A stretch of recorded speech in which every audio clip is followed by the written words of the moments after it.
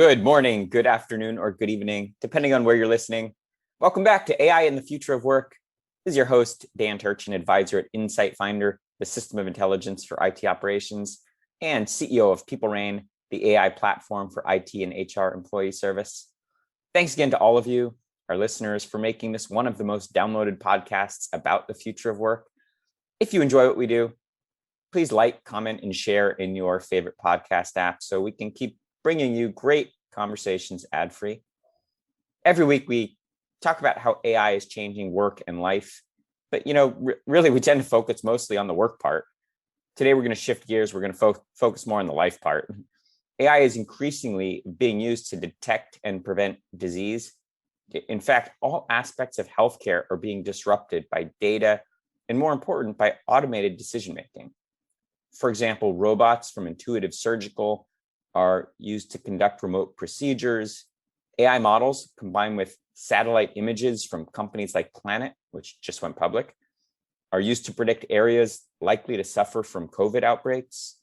Software from companies like Verily is used to diagnose diseases and recommend treatments. Today's guest is really at the forefront of using data to eliminate cancer. Mel Engle is the CEO of Predictive Oncology, the company developing knowledge-driven personalized cancer therapies. Mel's been using technology to improve health outcomes for more than 30 years at companies like Thermogenesis, Radiance, and Allergan. There's nobody on the planet more qualified to help us understand how AI is making life better. We've all been touched by cancer at some point, so we should all be rooting for Mel and his team to succeed. Without further ado, Mel, it's my pleasure to welcome you to the podcast. Let's get started by having you share a little bit about your background and how you got into the space. Well, I appreciate the introduction, but I don't claim to be anything famous like you described. I'm a CEO of this company, Predictive Oncology. I've been with the company as CEO a little less than a year, but I have been on their board since 2016. Anyway, the area of artificial intelligence is a new one relatively, and especially in our space. And so the company itself, Predictive Oncology, got into the artificial intelligence business back in 2019, kind of like an afterthought after one of the businesses that it had was not doing very well, and we were trying to figure out a way to reinvent ourselves. And so artificial intelligence is not something you just kind of pull off the shelf and put in a dime and say, okay, let's play this record. It is it's something you actually have to develop the hard way. And so what we did is we worked on a series of collaborations over a period of since 2019 to now that I thought might be interesting for your listeners to hear on how one company did it and how exciting it is where we are right now. So previous to 2019, we were a company called Skyline Medical, and Skyline Medical was not in artificial intelligence at all. We were producing a product which was called Streamway. It was an automated fluid waste management system. If you can imagine in an operating room where you have a patient who has just gone through surgery or is in the process of surgery, you want to be able to have suction devices that takes the blood and guts out of the body into a waste removal system. So it doesn't, and that you don't want those wastes to be touched by human hands. And so it's a really nice system we have. It's probably the best on the market. But nevertheless, it was not an area where we were seeing a lot of growth. And so we began looking at trying to figure out which business we wanted to get into to augment where we were with Skyline Medical. And we were pursued by a company about that time called Holomics, and they were interested in us because we were a public company and we had access to capital. I mean, that's really where it came down to. But as it turned out that they had a technology which was getting into cancer itself, and so they pursued us, and we actually did a deal together. And so we then became the owner of Holomics, and Holomics at the beginning had a system of being able to take tumors that were sent from physicians' offices or from ORs or whatever to our CLIA lab to be evaluated to determine, what kind of drugs should be applied against those tumors. And we would come back with an answer saying, we believe that you should use X, Y, and Z drug and Y, and whatever the different cancer was, we would come back with a recommendation. And so there was a fee for service, and that's how the company started. Since then, the era of artificial intelligence came into play, where now we're in a situation where pharmaceutical companies are finding themselves spending a lot of time and a lot of money in preclinical research and discovery research and trying to figure out which drugs should be working against which types of cancer. And that's not necessarily a zero-sum game. It's not something you look up in a book. It's something that you have to have information to be able to actually see the history of the past, be able to predict for the future, and be able to come back with a qualified answer that the physicians can use or the pharmaceutical companies can use, and when they're making their decisions and where they're going to be spending their scarce resources. Fortunately, we have along the way with Omics, we acquired 150,000 human tumor cancer cells samples that we have in quote unquote inventory in our CLIA lab. So we can look at those samples and be able to determine, the lifestyle issues that were included. Were these drinkers? Were these smokers? Were these people who are overweight? What part of the world do they come from? What is their genetic background? Whatever that data that was collected at the time the tumors were given, that we acquired them through the years. We now have this nice war chest of information that we can use to now match against compounds that pharmaceutical companies may be considering using in the future. And so what we're trying to do now, and we're right at the end of the perfection of this thing, is using artificial intelligence to be able to marry together the sample history that we have, which is probably second to none in terms of other companies not necessarily having that kind of supply of human tumor cells, cancer cells, to be then match against compounds. So we've just recently been working with Carnegie Mellon. By the way, this is all happening over a 4-year period. For Carnegie Mellon, this is where artificial intelligence really started, and this is where we were able to get our technology. And we worked with two PhDs who had their own company, where they spun out of Carnegie Mellon. And we then licensed their technology, and then we eventually bought their company. And so now we have the artificial intelligence technology from Carnegie Mellon with the two top professors in Carnegie Mellon's group of people there, and they're known as pretty much as one person's name is Bob Murphy. He's a PhD, and the other's name is Josh Kangas. Both of them are well known in the AI space as being top of their game. And so we were blessed to be able to have them begin working with us.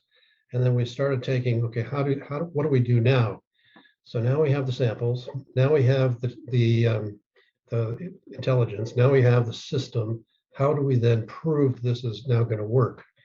So artificial intelligence is kind of like a system that you don't necessarily get it overnight. You got to work it. We're at a point now where the pharmaceutical companies are coming back to us saying, this is interesting. How do you prove to us that this system is going to work?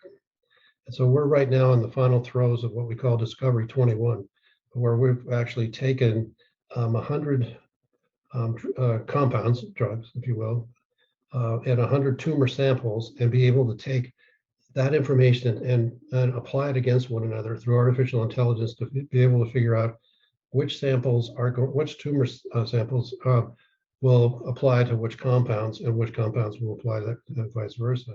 So we'd be able to help. Well, the end game would be that these will work and these won't, and why. And we're doing this against multiple cancer types. It's not just ovarian cancer; it's against many different types. And so what we're able to do now, we're very close to having this ready, was to be able to come out and say, what we can do, Mr. or Mrs.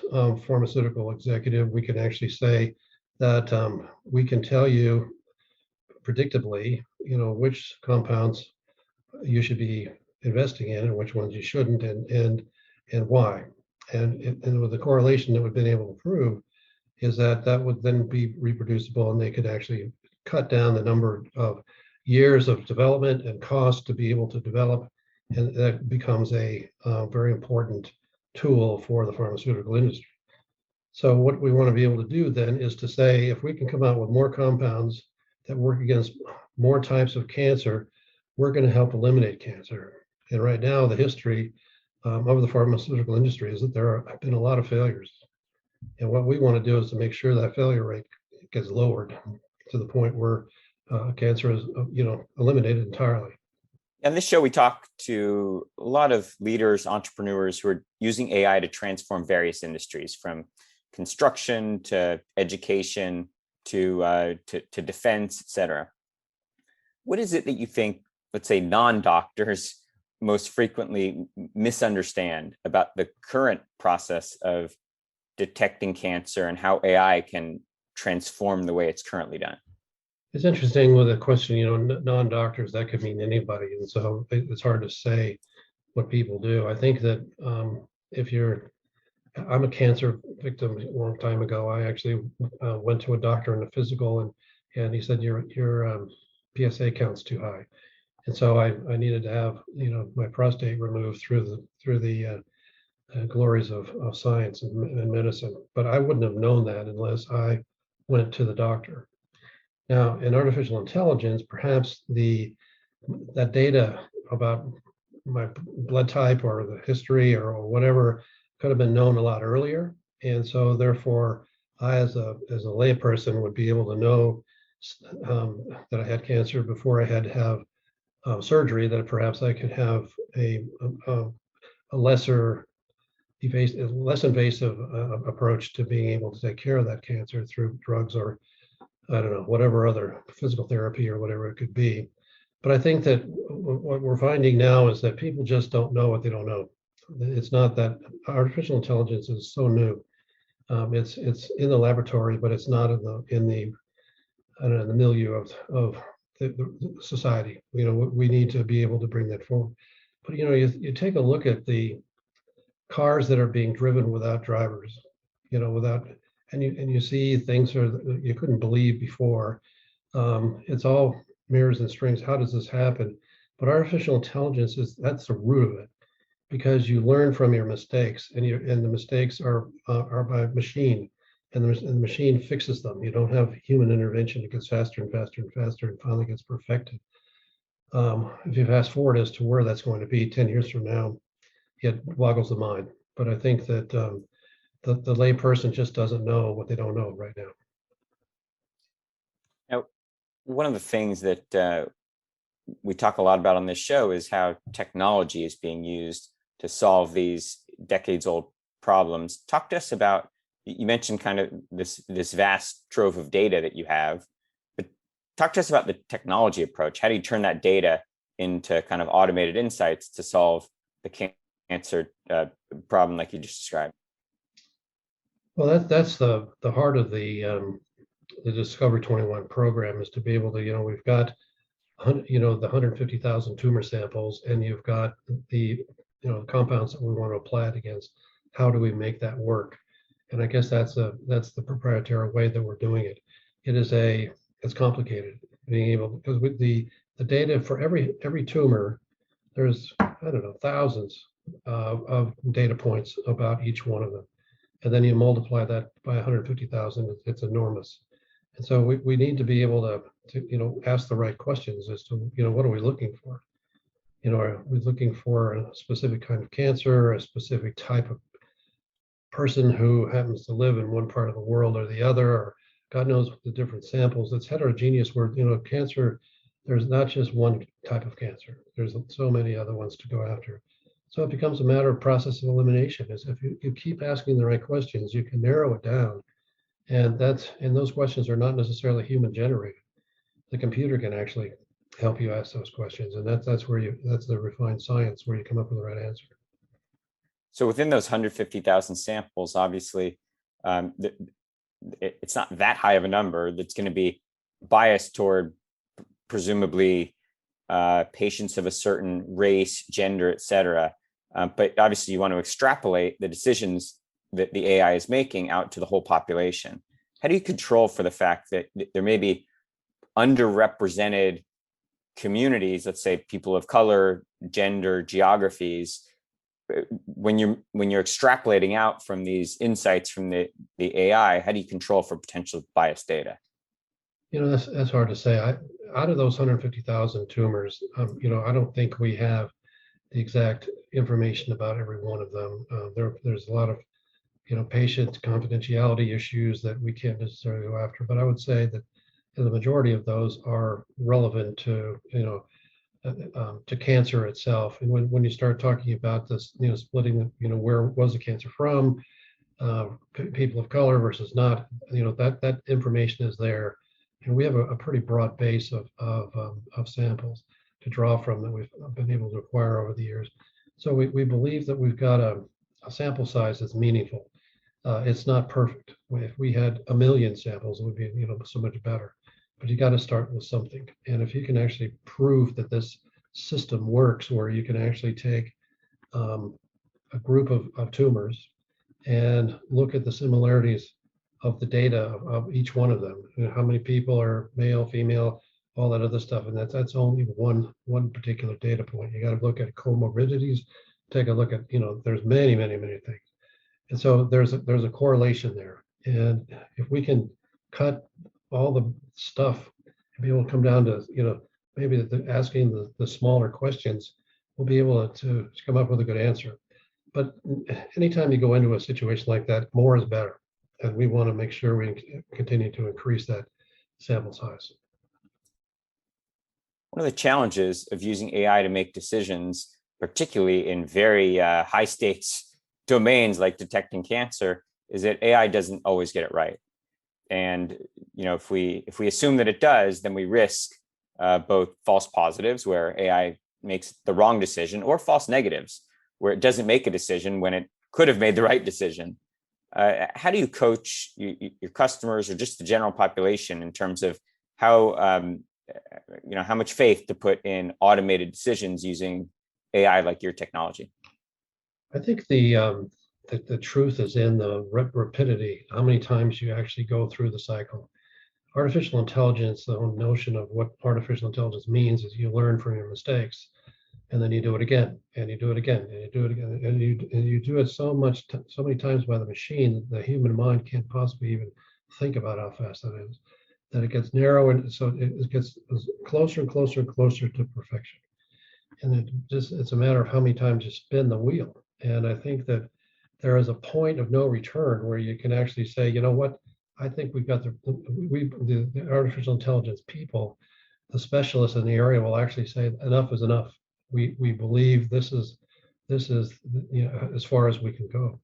And then you say, well, let's do one more. It becomes there's no satisfaction with artificial intelligence. You want to continue going as far as you can.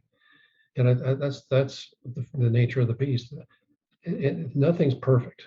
Our false negatives, false positives will invariably happen. That's why you have plane crashes sometimes. People say, planes can't crash, but they do.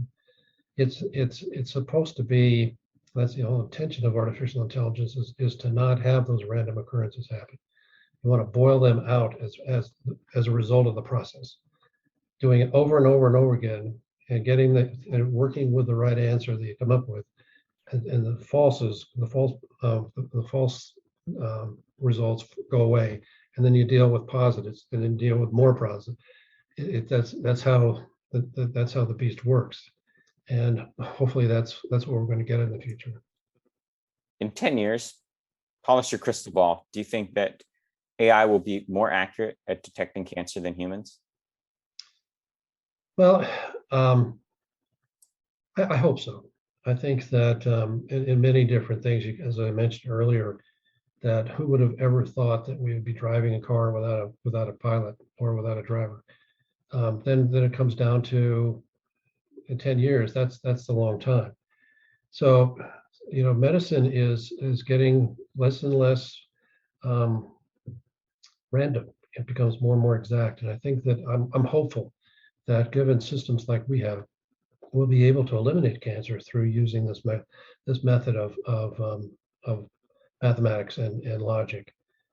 10 years is a coin flip to a certain degree, but on the other hand, I'm an optimist. I really think that we've got a winner here, and that we're going to end up finding that artificial intelligence is going to be really good for the planet. We often talk casually, just kind of in the cultural lexicon about the future of, curing cancer, along with things like, putting a man on, or a person, I should say, on Mars. Two things that, we'll probably do eventually, but who knows when. I know there's no great answer to this, but in your estimation, which of those is further off? Well, yeah, it's the same kind of question you asked before.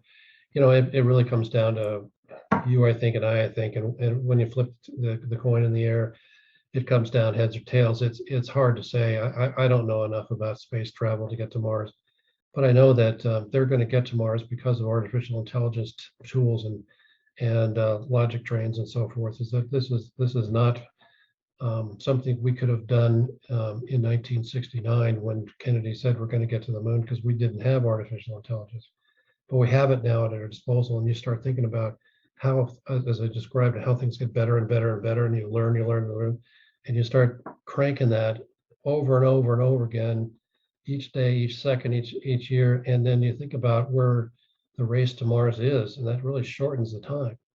And so anything's really possible. It's hard to tell, but nevertheless, we're on the right track. I think that artificial intelligence can do just about anything if you plan it right. So you said you've been at the company a little less than a year. What has surprised you most so far?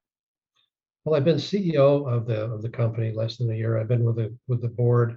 I was a board chairman back in 2016. So, the company itself has some terrific technology now, and some exciting things that are coming out of Discovery 21 and the alliance that we have with the the gurus of AI. So we've got an awful lot of really good things happening right now. We just acquired a company a couple weeks ago called Z Predictive, which adds to our technology that kind of gets us into evaluating tumors in 3D instead of just in 2D. They're getting into bone cancer that we have not been into before. So the company is growing internally from not necessarily from a dollars and cents standpoint. We're not spending a lot more money, but we've got our assets, our brain power, our intellectual capital is really gaining at an extraordinary rate, which is really good. And so we expect next year should be pretty positive for us. So you got a market that's of limitless size, but there are also some challenges, technical and otherwise. What would you say are the biggest potential impediments to the success of the company? Well, I think that one of the things we're challenged with right now with the board and ourselves is, we've got all these great things going. What is our next act? Where are we going beyond Z Predicta, which is this company we just acquired? So that was, that acquisition took, I don't know, 6 months to be able to do. And now we've got that, we need to integrate that. How do we take those two companies, our POAI plus Z Predicta, and then take the next step forward beyond that? So it becomes a strategic planning issue. And I think that's really where the guts of leadership comes in. And so, all right, now we've got all these different acquisitions that we've made in the cancer area since 2016. Boy, that's pretty cool. Now, what are you going to do with it? And that will really come down to, making sure that we're going to put our bets in the right place, and we're evaluating that carefully. It's an exciting time. There's so many choices. It's just a matter of, we don't have limitless capital. We want to be able to put our bets in the right place. So that becomes a key issue for management to decide, what's our next play. A common theme when we talk about AI is the potential threat of regulatory frameworks. Should regulation be allowed to constrain innovation? What's your perspective? Again, this is such a high stakes space when it comes to personal health and cancer.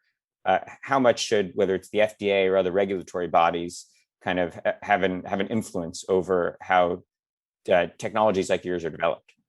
Well, I think artificial intelligence is simply a tool for the end. The end is, when you are ready to take the product through the FDA and get approval, or Ministry of Health, wherever it happens to be. That's really where the judgment comes in. Does it work? And we're not trying to, come up with an answer on how to make that happen. We're earlier on in the curve, where we're helping the pharmaceutical companies make choices as to where they spend their money. And artificial intelligence will streamline that, and hopefully, we're not going to get a drug starting with a robot that goes all the way through the system without any human intervention, or trial or evaluation or whatever. We're doing clinical trials on human beings. Artificial intelligence can only, at least in my simple mind, you can only take it so far. In the area of do we have a robot or a non-driver driving a car? There's an awful lot of technology that's inside that car to be able to make that happen. And I'm sure somewhere along the line, the government has been involved with the approval of making that happen. But I think that there's going to be a lot of human responsibility interchange in making that decision. It goes without saying that that's going to happen in the drug business too. This is not simply a robotic environment we're moving to. The human mind and the human intervention and the rational thinking will still be there. It's just how do we accelerate that to get us a better answer? When do you think you'd be comfortable entrusting, let's say, your own family members or even your personal health to AI-based decisions about things like cancer detection or treatment? Well, in my case, when I'll just speak personally, is that if back, 10 years ago, when I went through the prostate cancer surgery, if AI was around and they were able to tell me that they had a better answer than having to, go through a robotic surgery, I think I'd take that answer to the bank. And I'm sure many males who are 70 years old who've gone through prostate cancer surgery would agree. Anything that can be done to increase the quality of life, reduce the risk, reduce whatever happens to be, to make it easier. And if artificial intelligence could be a vehicle to make that happen, I think that's wonderful. So I think that we should be banking on that kind of technology to help the people who are in different kinds of cancer, or to make different kinds of decisions. But if you can make a better decision earlier on, and the artificial intelligence can make that happen for you, that's a great investment. Is the technology mature enough today versus 10 years ago where you would trust that decision to improve the outcome? Oh, sure. I would definitely say. I mean, the technology's out there. Our own technology's out there. So, it was pretty one-sided 10 years ago. Well, we're going to have to take the prostate out.